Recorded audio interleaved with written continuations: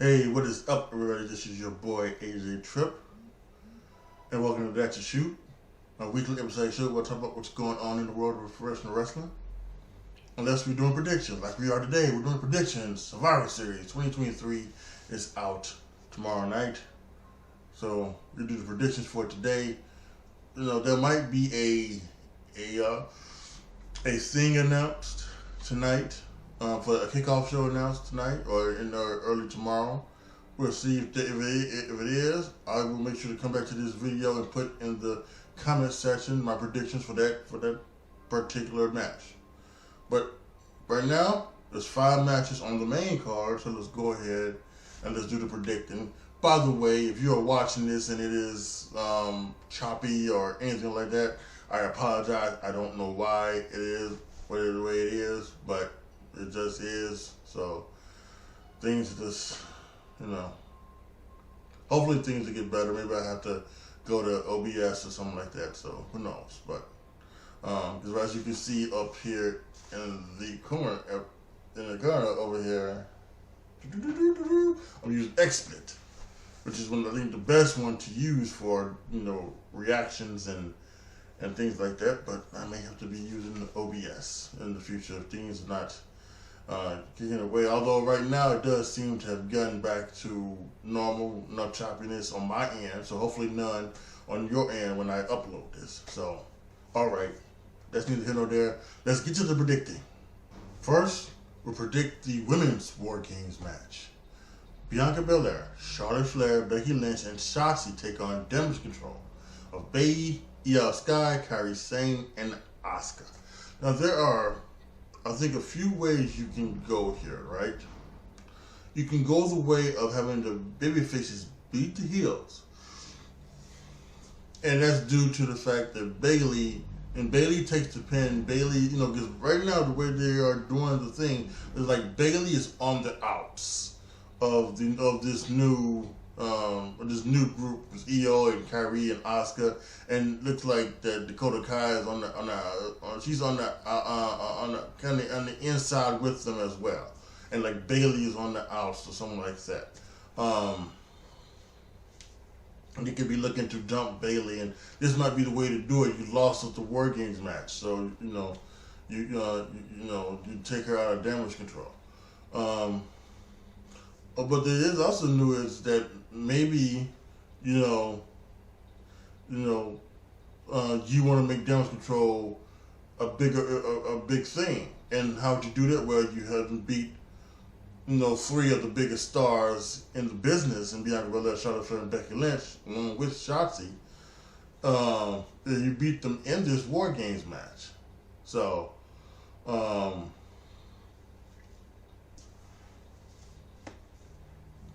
so maybe that's what maybe that's the way you go about it.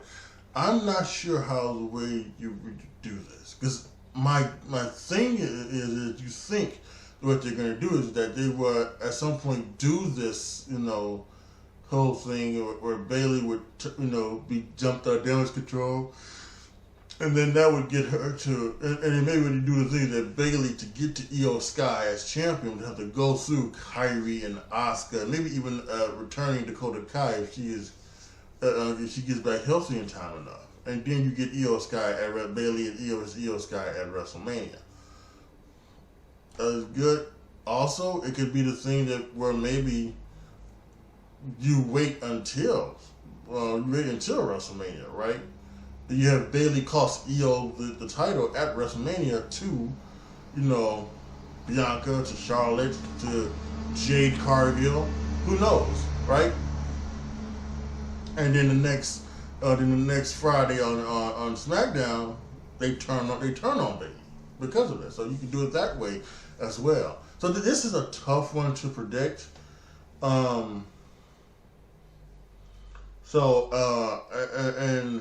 And you would also think that there's a possibility that there's going to be one heel, with the 2 War Games matches. One of the things that you can do with that is that you can do you'd have in one War Games match the heels win, and then in the other one the baby faces win, and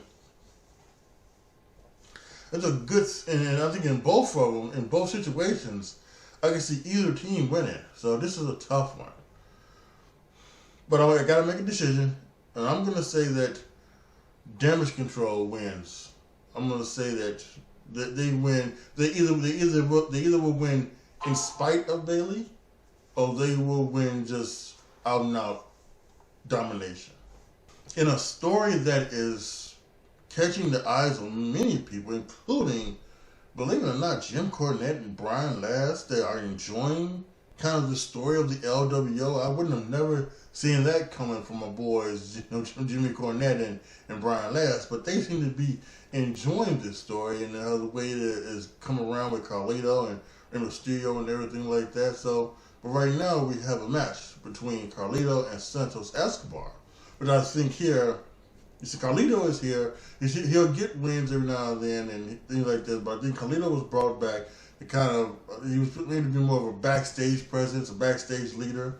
So, that's one thing. I think another thing is that he's also here to do things like this, put over, maybe a new guy. And I kind of just found out that Santos Escobar was 40 years old himself. So, take that for what it's worth. But no matter what it is, I think we're going to see here Santos Escobar defeat Carlito. This may be one of the singles matches seem to be the easiest ones to predict. So this one's easy, Santos Escobar. Next, for the WWE Women's World Championship, Rhea Ripley takes on Zoe Stark. I am not one of these people who are really, I don't look down on the things. If I'm not as into something as someone else is, I don't some people will say this sucks, this, that, and this, and I'm not one to do that. That being said, the Women's World Championship match between Rhea Ripley and Zoe Stark it just isn't for me. I think Zoe's okay. I think Rhea Ripley may have put on a good match, but Zoe's not going to win. And when it comes down to it, I'm more interested in what Rhea Ripley is doing with the Judgment Day than she is with herself. And I think maybe that's where this title reign has gone wrong. And I'm not another one to say that title reigns or this and title reigns or that, and they've badly booked and anything like that. I'm not one to go that route usually.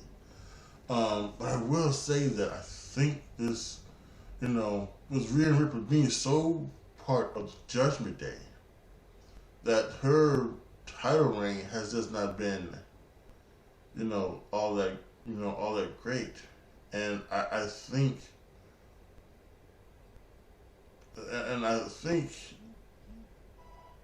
if they can pull her away from the Judgment Day, if they can, and maybe that's what we want you to do, and you don't have to do everything, I think they're going to turn Damon Priest face, that's what it seems like. But maybe Finn Balor and Damon Madonna can go their own way, still being heels. Maybe Dominic Mysterio and Rhea Ripley can still be an act and still be heel while Damon Priest is the face. But just kind of get rid of the Judgment Day altogether. So, that being said, Rhea Ripley's going to win this match. So, Rhea Ripley wins. For the Intercontinental Championship, the champion, Gunther, takes on The Miz.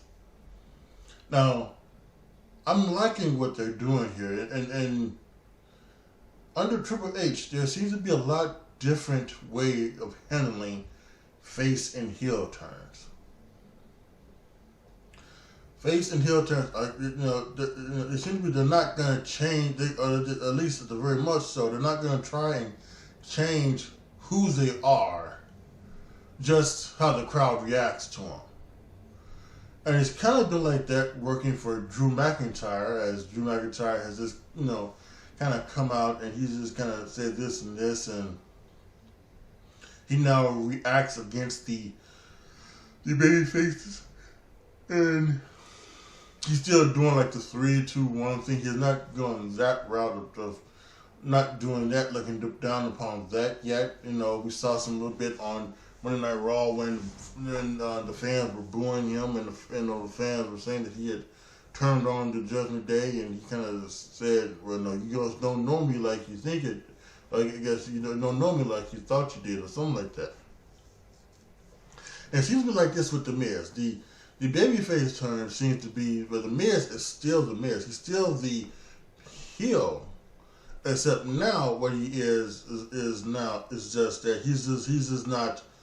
He's the same guy, except he's just now not doing anything. Now there was a little bit of him talking about like the people that he looked up to for any kind of championship, but I think The Miz would have said that doing anything, and his thing has been always about respect, and for the you know, and the heel Miz was always like that. He hated being disrespected. And then that comes from Mike in real life. You know, Mike has been disrespected way too much, and he started going back to his real world days with his housemates, you know, disrespecting him. And I watched that season, and his housemates were, you know, they were kind of awful to him, you know, making fun of him just because he was just because from where he was and where he's from or anything like that. And I think one of the guys were kind of cool, and by the end he kind of won. I don't know if he won the entire house over, but he definitely won Coral over. And they you know, they were friends for the longest time on the show. But yeah, and then you got the transfer to WWE and all the things that you hear about the story, about the Chris Benoit story and things like that. One, you know, and everything like that. So, you know, his thing about respect goes way deep. And now he has the Intercontinental Championship, champion Gunther, you know, not respecting him and things like that. So this. No, I would say this. People are saying that, you know, this could be maybe The Miz's best match, and I think that's definitely a possibility. I also think that it could just be a good match as well. I do want to say this because, for much as I like Miz is who he is, right?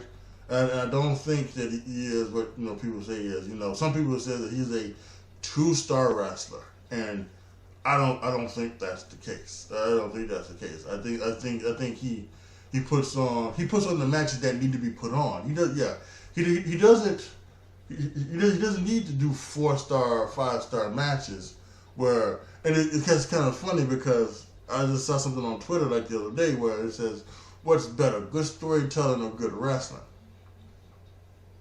And I put in the thing, storytelling. Because you can have a bad match with great storytelling that makes the match better, you know, and you can have a good wrestling match with good storytelling is what makes some of the greatest matches of all time. And I put like HBK and Undertaker from WrestleMania 25 and 26 respectively, Austin versus Austin versus Hart from WrestleMania 13. The great storytelling, as much as the match was, the great storytelling from those matches are what makes those some of the greatest of all time, right? Kurt Angle, Shawn Michaels, WrestleMania 26. But even sometimes, even a good wrestling match that tells a bad story, or a wrestling match that is just a wrestling match for moves and they're not doing anything, there's no psychology to it, there's no anything to it, it can make it worse. And I think that's what The Miz focuses on. The Miz doesn't try to go out there and just have a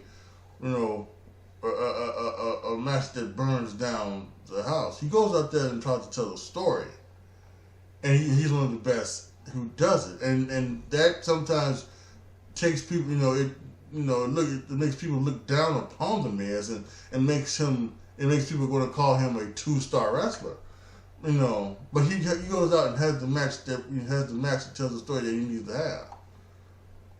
And I think with Gunther in there, I think they could be the same thing. They go out there and have a match story needs to tell. And Gunther does great with these matches, and it could end up being maybe a 5-star classic, but if it ends up being 3.5, 3.75 star match, that's still a really good match. And I guarantee you, the story you're told is going to be fantastic.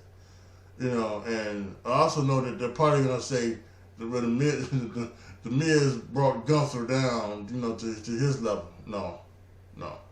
They wrestled, both guys are good enough to wrestle the match that they know that they need to have, not the match that, you know, y'all want them to have. So, that being said, I think that, again, this is an easy one. This is Gunther.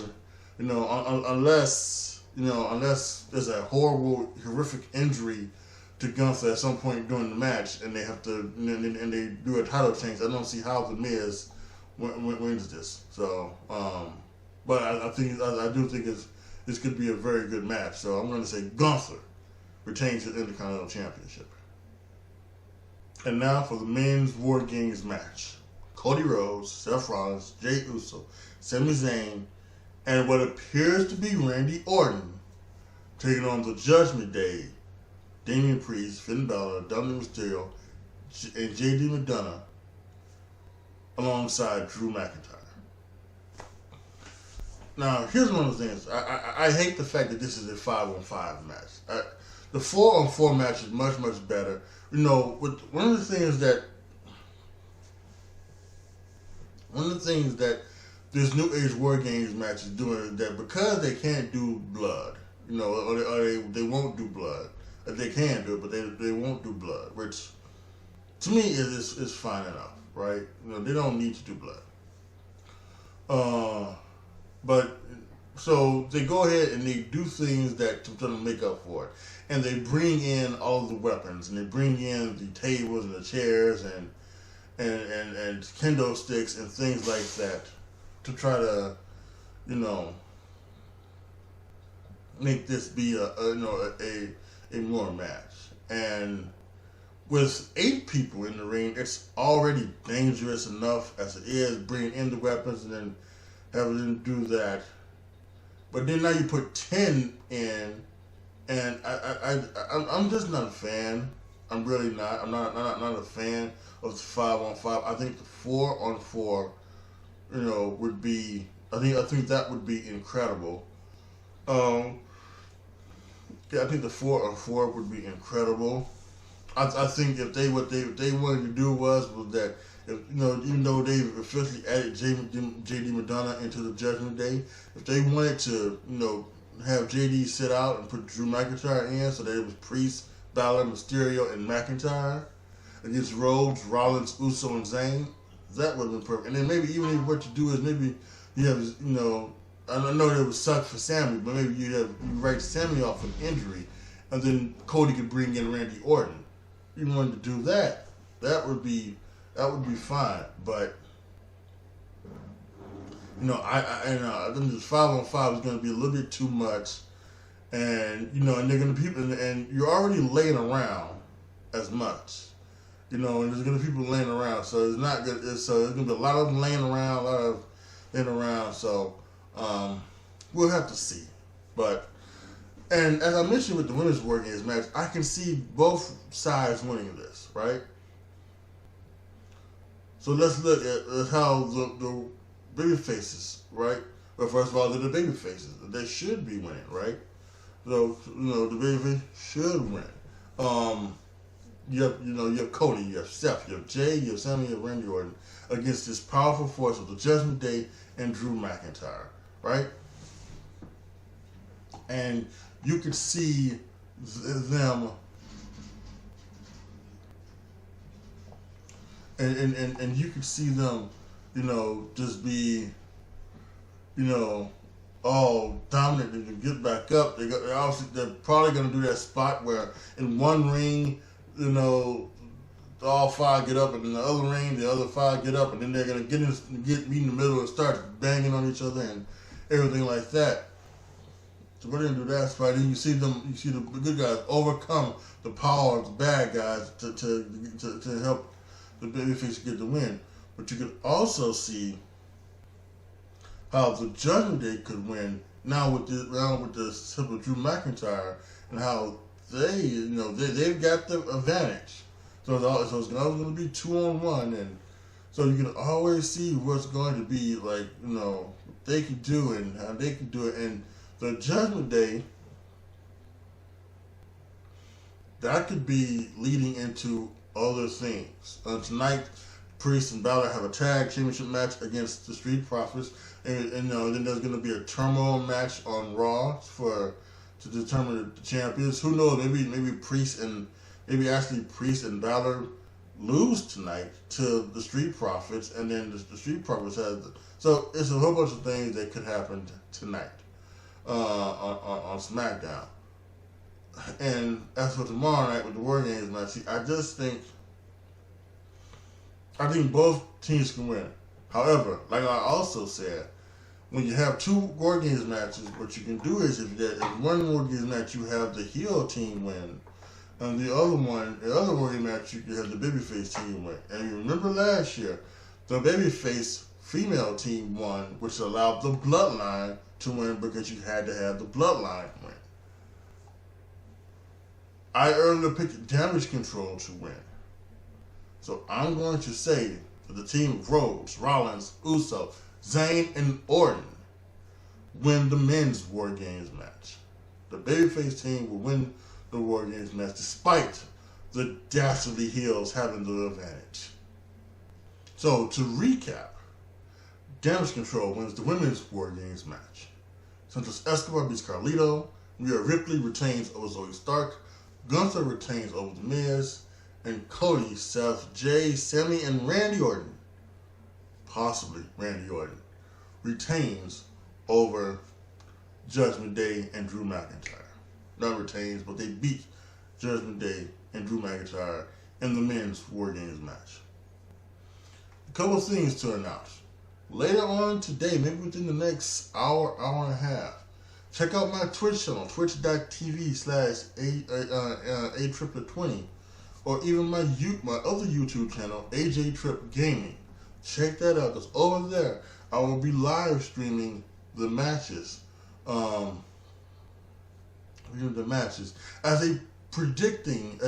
another way to predict what would happen tomorrow night at Survivor Series. So make sure you want to be there, check it out. Once again, it's on twitch.tv. So yeah, that's twitch.tv/AJTRIP20, or just search AJTRIP Gaming here on YouTube.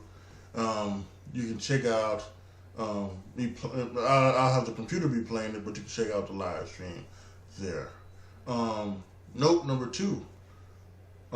Please make sure tomorrow night after Survivor Series to come back here to AJTRIP and talk about what went down on Survivor Series. Who showed up, who didn't, and talk about the 5 matches that we already have set. Now again, if there is a kickoff show match announced later on this evening or early tomorrow afternoon, I will be making sure to put it in the comment section of this video so that you guys know who my prediction is for that. And then that will be added on to my other predictions for the rest of the rest of the card. So yes, make sure that you are here and click that notification bell so that when I go live tomorrow evening, you will get the notification of me going live and we can talk about the show together. It also helps you out if any video that I put out at any time, you get a notification for that as well. So yes, please make sure that you do all of that good stuff. As always though, as for this video and the predictions, post your comments down below. Tell me what you guys think. Let me know your predictions for Survivor Series War Games 2023. And let me know what you think about my predictions for Survivor Series War Games 2023. Like the video, share the video, subscribe to the channel. And as always, thank you guys so much for watching. This is your boy, AJTRIP, signing off. As always, be good to each other, y'all. Be careful out there. And I am out.